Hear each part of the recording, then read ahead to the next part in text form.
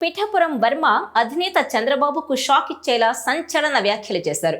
టీడీపీకి లోకేష్ను రథసారథిగా నియమించాలని డిమాండ్ చేశారు ఆయన. తెలుగుదేశం పార్టీకి లోకేష్ నాయకత్వం అవసరమని, గత ఎన్నికలకు ముందు లోకేష్ చేసిన యువగళం పాదయాత్ర కారణంగానే కూటమి ప్రభుత్వం అధికారంలోకి వచ్చిందన్నారు వర్మ. లోకేష్ నాయకత్వంలో పార్టీ మరిన్ని విజయాలను అందుకుంటుందని ఆకాంక్షించారు. టీడీపీకి భవిష్యత్ తరం నాయకులు ఉండాలన్న వర్మ 2047 ప్రణాళిక కూడా అవసరమని అభిప్రాయపడ్డారు. కాకినాడ జిల్లా టీడీపీ కార్యాలయంలో జరిగిన ప్రజా దర్బార్లో పార్టీ రథసారథిగా లోకేష్ను నియమించేలా చంద్రబాబు నిర్ణయం తీసుకోవాలని, అందుకు కార్యకర్తలు చెయ్యి పైకెత్తి మద్దతు తెలపాలని కోరారు.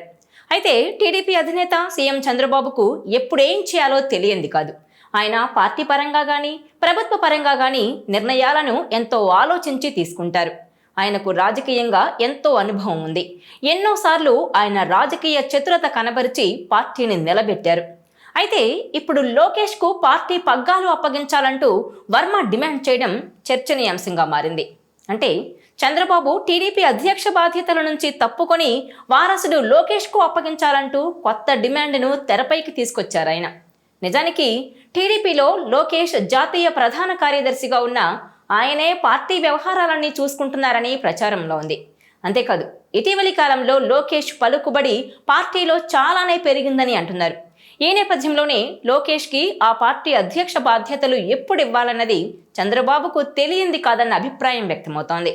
అయితే పిఠాపురం వర్మ సడన్ గా లోకేష్ను పార్టీ సారథిగా చేయాలని డిమాండ్ చేయడం వెనుక వర్మ వ్యూహం ఏంటి అన్న చర్చ నడుస్తోంది. ఆయన యువగళం పాదయాత్ర చేయడం వల్లనే ఏపీలో కూటమి అధికారంలోకి వచ్చిందని, టీడీపీకి లోకేష్ నాయకత్వం అవసరమని కూడా వర్మ గట్టిగానే వాదిస్తున్నారు. లోకేష్ నాయకత్వంలో టీడీపీ మరిన్ని విజయాలు సాధిస్తుందని కూడా ఆయన నమ్మకంగా చెబుతున్నారు. 2047 అన్నది ఏపీ ప్రగతికి మాత్రమే కాకుండా తెలుగుదేశం పార్టీకి కూడా ఉండాలని ఆయన కోరుతున్నారు. లోకేష్ భావి తరాలకు నాయకుడని, ఆయన వల్ల యువత టీడీపీ వైపు పెద్ద ఎత్తున టర్న్ అయిందని అంటున్నారు. అంతేకాదు, అన్ని వర్గాల ప్రజలు టీడీపీ వైపు చూసేలా లోకేష్ నాయకత్వం ఉందని చెప్పారు. మొత్తానికి వర్మ డిమాండ్ ఏంటి అంటే అర్జెంటుగా లోకేష్కి పార్టీ పగ్గాలు ఇవ్వాలని.